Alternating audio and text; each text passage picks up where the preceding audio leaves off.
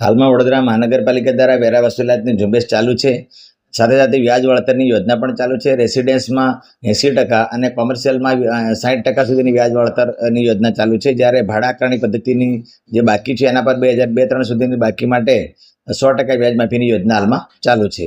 હાલમાં દરરોજ દરેક વોર્ડમાંથી કુલ મળીને આખા સમગ્ર શહેરમાંથી 700 થી 800 જેટલી કોમર્શિયલ મિલકતોને સીલ કરવામાં આવે છે. જ્યારે રહેણાંક મિલકતોમાં નોટિસ આપીને વસૂલાતની કામગીરી કરવામાં આવે છે. તેમ છતાં રેસિડેન્સ એરિયામાં જો વેરા નહીં ભરવામાં આવે તો એના પાણી કનેક્શન કાપવાની પણ કામગીરી કરવામાં આવશે.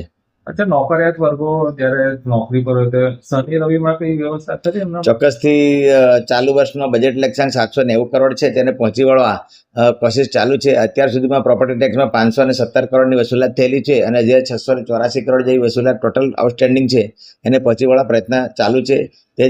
તે ઉપરાંત શનિ રવિની રજાઓમાં તેમજ જાહેર રજાઓમાં પણ વડોદરા મહાનગરપાલિકા વિસ્તારમાં તમામ કરદાતાઓ વેરો ભરી શકે તે માટે સવારે 9:30 થી 2 વાગ્યા સુધી તમામ વેરા વસૂલાતની ઓફિસો ચાલુ રાખવામાં આવી છે. વર્ષ 2003ની જે વેરા બાકી હતા એ લોકોને કંઈક પાલિકા તરફથી આપ્યું છે કઈ?